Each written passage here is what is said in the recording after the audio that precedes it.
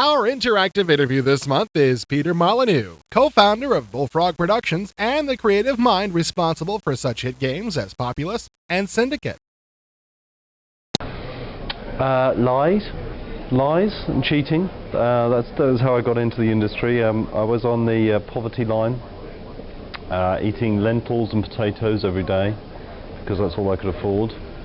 And so I went to a firm called Firebird at the time, owned by British Telecomsoft, and I said to them, look, I'm an experienced programmer, know all about games and things, have you got any work? And they said, yeah, we've got a conversion that you can do onto the Amiga called Druid to Enlightenment. Immediately after the conversion I started on a game called Populous, which I thought when I was designing and developing it, I thought it would be treated by everyone as being weird. They just thought they'd see it as being weird. I had no idea at all it would effectively start a whole new genre of games and get all these awards and sell 4 million copies. Populous started as an idea, really as a visual idea more than anything else. The ability of standing up and looking down on these small little things moving around, small little people moving around and interacting. The idea of Theme Hospital is that you have to take your hospital from the Middle Ages, where their approach to medicine was, if it hurts, bleed it, if it still hurts, cut it off, up to the present day and beyond, where you're using really sort of high-tech stuff. Anything that you can think of that goes wrong in the hospital will go wrong in your hospital, and you have to deal with that. Rather like Theme Park, where we had a solid simulation under Theme Park, which had on top of it these graphics that made it look really simple, and the interface was really simple. Same's true of Theme Hospital. It doesn't look quite so childish as before, but it is a great deal of fun. We're supposed to make people laugh, and I think that's a key thing. We have gone completely over the top on the number of spells. I mean, the original had some 20 spells, we've doubled that to 40 spells. Each one of those spells has an experience category. So if you're on Magic Carpet 1, you could fire a fireball. Bit poxy that. It'd be much better if as you fire more fireballs you got more experience. And now, as you get more experience, you get whole hosts of fireballs, firestorms coming out. So each one of those 40 spells has 6 experience levels. And if I was good at mental arithmetic, I could work out exactly the number of spells it was, but it's a lot. Gene Wars is set on Earth, where this galactic police force has come down and taken all our weapons away. We can't have wars anymore. We were too dangerous as a species, so they took all our weapons away. But humans being humans, we devise ever more cunning and devious ways of killing ourselves. So what we've done is, as a race, is we're using genetic engineering to create creatures that can battle against each other. I send my 6-foot killer rabbits against your killer chihuahuas, and they start battling. While I'm doing that, I'm also creating other creatures. So you can use anything you like, your total imagination, to create what creatures you like to battle against. They also do loads of other things for you. The thing about Syndicate Wars is it is hugely violent. There is more blood per pixel than any other game that I've seen. The range of weapons and destruction that you can do, anything within the city you can destroy. Whether you choose to or not is completely up to your own morals. We don't set those limits, you do, or the player does.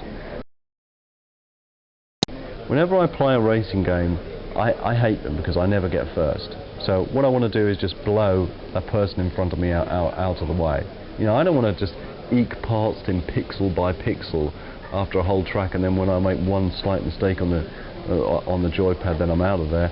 I want to make sure that guy's dead. He's out of the water. So I can just fire a missile at him and blow him out of the way.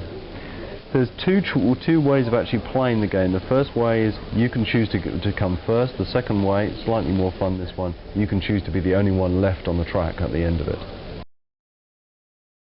There is a program that lives inside the code that monitors what's happening in the race constantly. And if at any time the race starts getting boring, then what it does, it while you're playing it, it'll change the track. So you're driving down this straight bit and there's a slight bump in there, and all of a sudden you'll see this bump extrude up from being 50 foot high to being 1,000 foot high. You have to take your car up there. It's set on a racetrack. When you race around with these hover cars, first thing the race game should be is fast, and this is ultra fast. You race round, up to 16 people can race round simultaneously. Again, it's multiplayer. You've got to remember, in the early days I used to do everything from deciding on the colour of the toilet roll to designing all the games. And now, with the merger with Electronic Arts, it means that the whole marketing issue I don't need to worry about anymore. This show, E3, has been brilliant for me. I mean, it's like a dream come true. Just having there's a 20-foot balloon outside floating. You're sitting on a green couch in our own room. I've got a Bullfrog branded jacket on. There's a Bullfrog pen here in my hand, and it's like, you know, I never could imagine that would have been possible. And so the really positive effects of that merger. I only really design for one person. That's me. The only reason I design games is because I want to play them, not because the marketplace is keen on God games at the moment, or fighting games, or simulations. I just think of a game idea and say, hey, that would be really cool to play. I can hardly wait to play that, and there's no games out there like this at the moment, so I might as well develop them myself. Well, it's not that we're doing things any quicker. It's just that there's more of us, and we're able to take more on. I mean, we've got 50 game designs in the filing cabinet. I mean, and so even with 7, it's going to take us quite a few years just to work through those. And they just, you know, they're not getting any smaller. Every time we use one game idea, another game idea gets slotted in. Creation is in an environment which initially starts off as absolutely perfect. There are these 8 cities. They've all got the right resources. They're all friends. They all go out drinking every night, and you know, they're wonderful, wonderful friends. Into that perfect society and environment, under the water, there's this mutant fungus that's put down. Everything that mutant fungus touches is corrupted. So at the start of the game, you get to play around with dolphins. You know, you can swim with the dolphins. You can see them diving up to the surface and going under the ocean. But if they're touched by this fungus, they mutate into these horrible, spiny-looking creatures that'll attack you. When Magic Carpet is super fast, super reactional. Under the ocean, everything's much slower. But the perception of danger and fear when you're like 2,000 feet down, it's absolutely dark, and you let off a flare, and instead of seeing a rock face which you expect, you see the 50-foot jaws of a mutated sea creature. And that actually is a truly scary experience. If anybody, when they play Magic Carpet, notice that your master, the master magician that taught you all the power, fell into a crack. You didn't actually see him die. You know, that old Hollywood classic. What you have to do is go into these nether worlds and try and find him again to help you bring the world back together. Sequels are so hard to do because you have professed to everybody to make this perfect game, this perfectly designed game, and now doing a sequel, you're sort of saying, well, you know, I missed all this stuff out in the first game, and now I want to put a load in, and really, in a weird sort of way, that's wrong. Syndicate Wars is the sequel to Syndicate. It's coming out on the PlayStation first, which is why it's called Syndicate Wars as opposed to Syndicate 2. Set in the Syndicate environment, where the world has been dominated by your corporation for a number of years, but all these factions have built up against your corporation. So you have religious cults, you have bikers, you have technologists, all of them have their own clans. What you have to do is go into your cities, and you have to make sure you hang on to your cities before they break down into civil chaos. It always occurred to me as a kid when I was watching Superman movies or reading comics is what happened when Superman misses? What happens when he was taking that death blow to Dr. Doom and instead he hits into the side of the Chrysler building? well, this is the man that can move the whole Earth. He totaled the Chrysler building, and that's going to seriously, seriously piss off a lot of people within that city.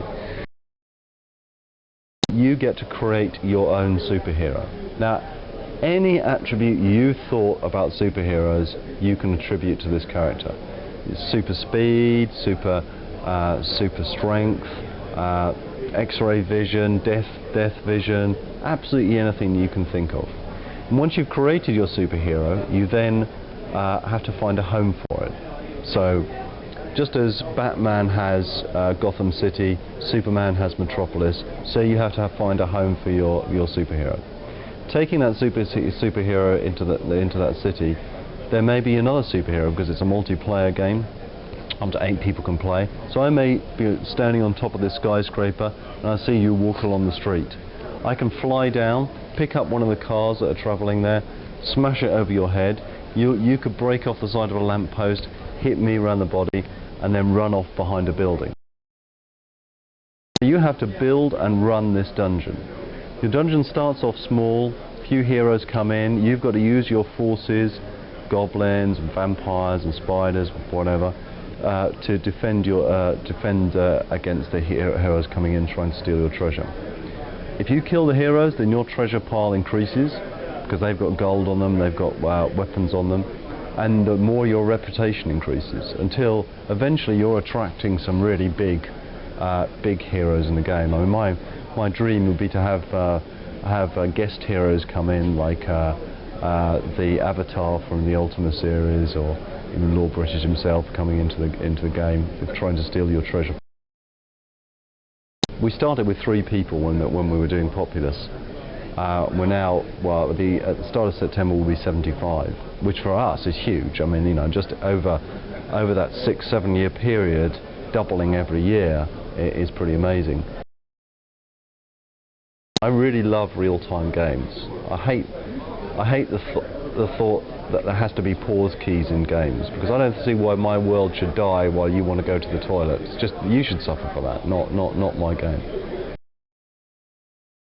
The trouble is with game design, it's rather like a blind man trying to paint. I mean, that's what computers are. In your head, you've got the most fantastic visual ideas, the most splendid game design ideas, and you think, oh, I'd really love to do this, I really love to have that cool effect, but hey, I haven't, you know, it's getting too slow, there's not enough memory, you can't do that sort of thing because you've got a stupid little mouse that you have to control the game with, and so it's a very frustrating process. The one I'm not proud of is Powermonger, because we really rushed that towards the end, and it should have been a lot better than it was. I mean, it was very successful, but I didn't think necessarily it deserved to be so successful, and it taught me that never release a game until you're happy about it. I've always thought it's much more fun to play the evil dudes. I mean, they're the ones that have the fun. I mean, they're the ones that they've got the really nice looking evil vixens at their sides. They're the ones that, you know, to get to stay up all night and play cards and get drunk, and it's much more fun to be evil. Well, I've been saying since 1989 that multiplayer is going to be the future of gaming, and at last some people are agreeing with me. It's been a bit embarrassing actually to say for all those years, you know, all our games are multiplayer, we'll always support multiplayer, and that's still true now. To me, there's nothing like playing against another human. It doesn't matter how skillfully I craft a computer opponent, there is nothing like the ability of saying, you just beat me, I'm going to thump you now. I mean, that line's really strong, and having that in multiplayer is really important.